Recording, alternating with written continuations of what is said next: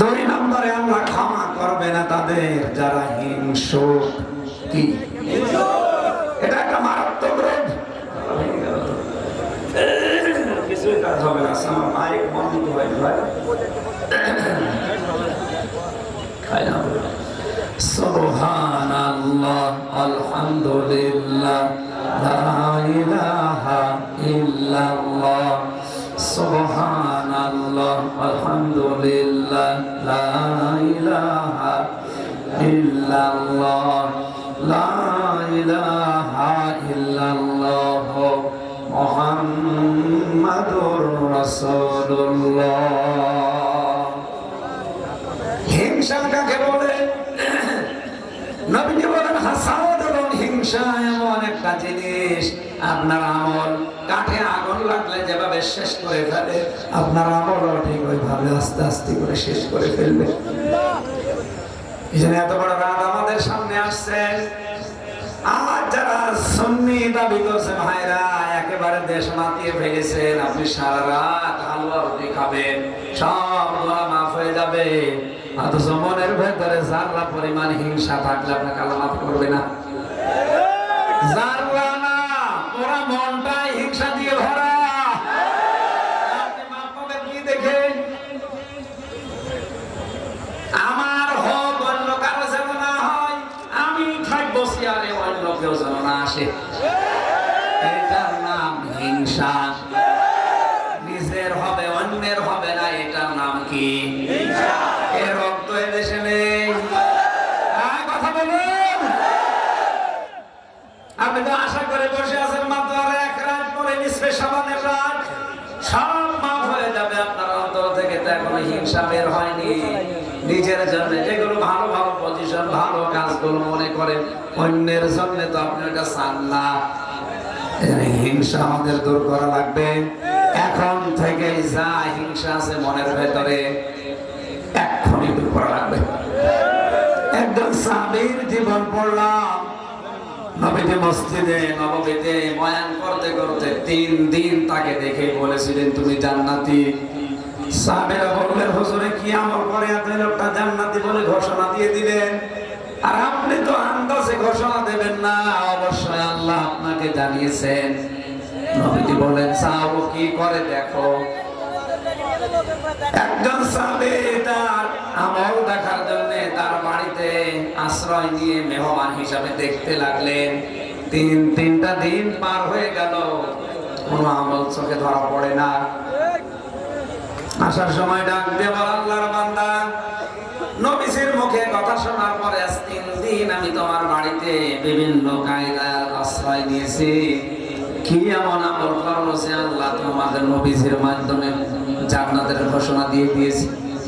লোকটা বলে, আল্লাহর নবী সাহাবী, আমার দুনিয়ায় আমল বলতে এতটুকু আছে, আমি 5 ওয়াক্ত ফরজ নামাজ আদায় করি, রমজানের রোজা রাখি, সারাদিনের কাজকর্ম বাদ দিয়ে যখন রাতের বেলা ঘুমাতে যায়, বিছানায় যে যার উপরে যত রকমের রাগ আছে মন থেকে আমি সব আল্লাহর জন্য মাফ করে দিই।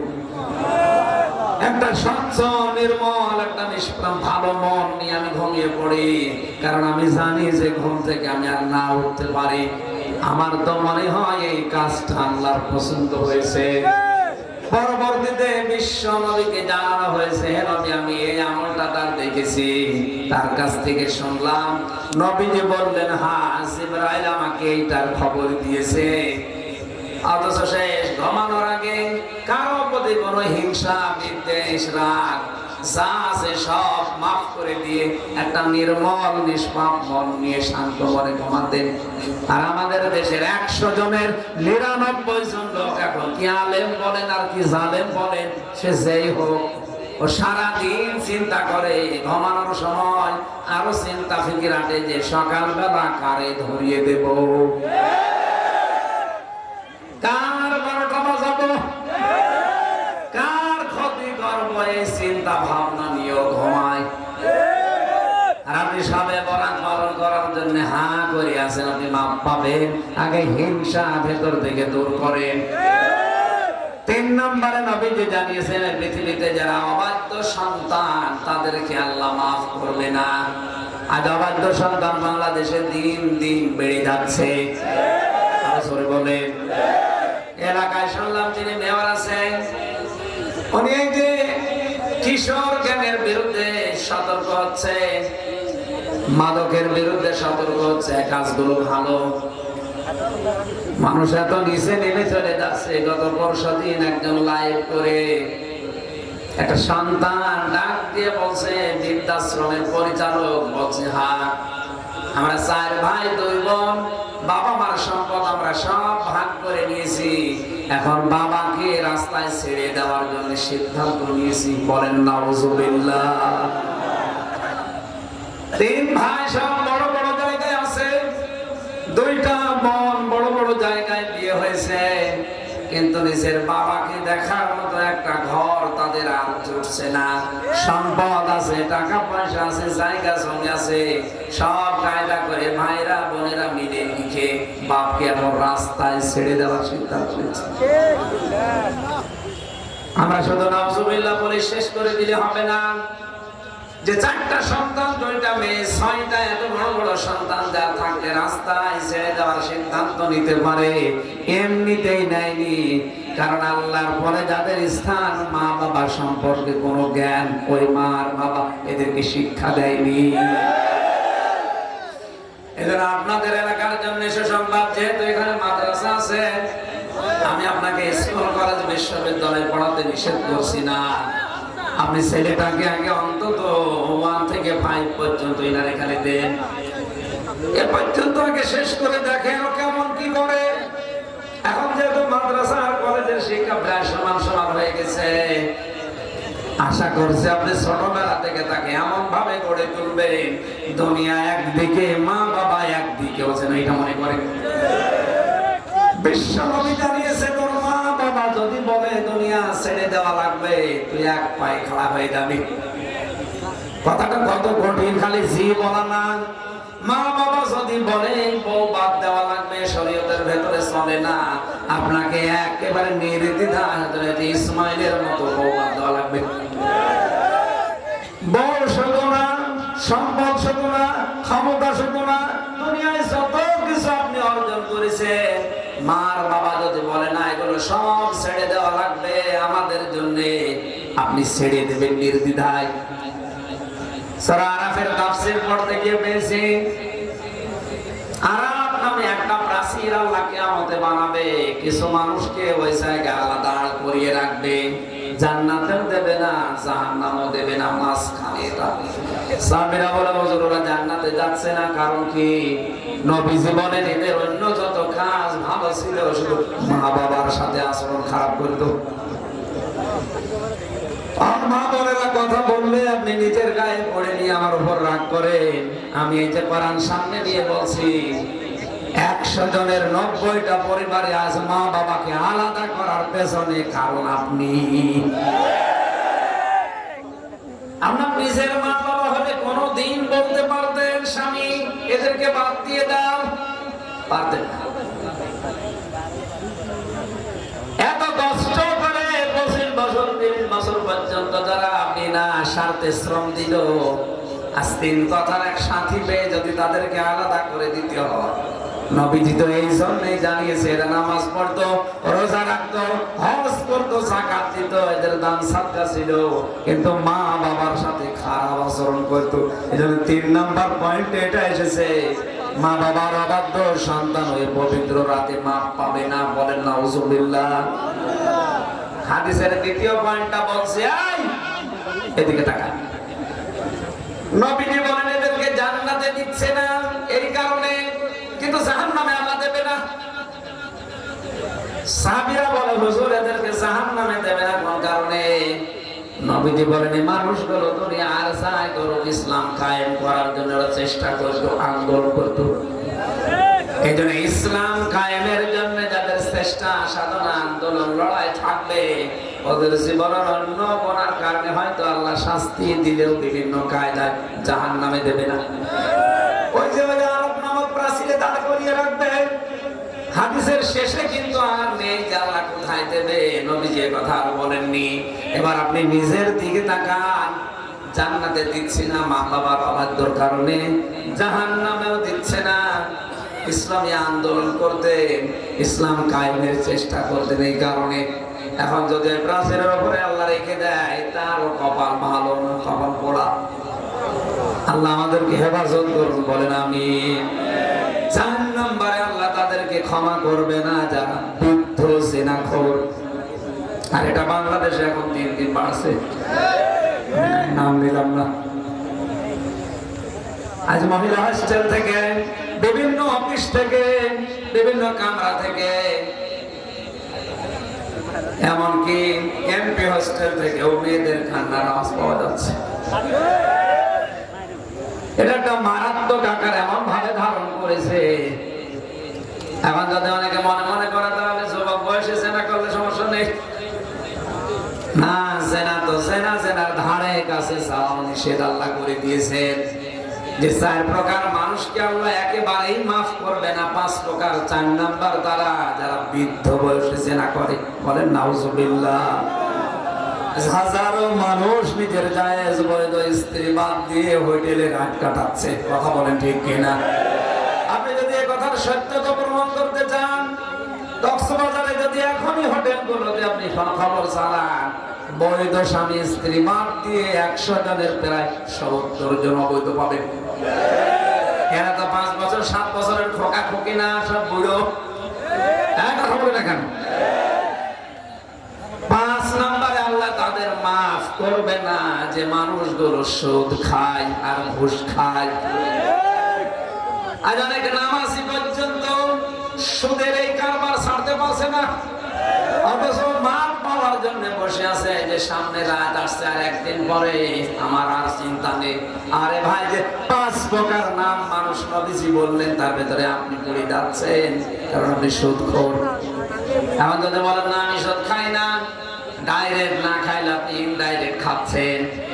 এই জন্য যাকাত ভিত্তিক অর্থনীতি বাংলাদেশে যতদিন কায়েম না হবে, এদেশে ফেরেশতাও যদি বাস করে তার ওষুধ খাওয়া যাচ্ছে। পবিত্র রজনীতে আমরা মাপ পাবো না। 5 নম্বরে যে 2টা পয়েন্ট ছিল, শুধু সুদখোর না, ঘুষখোর আছে। আসতে বলেন।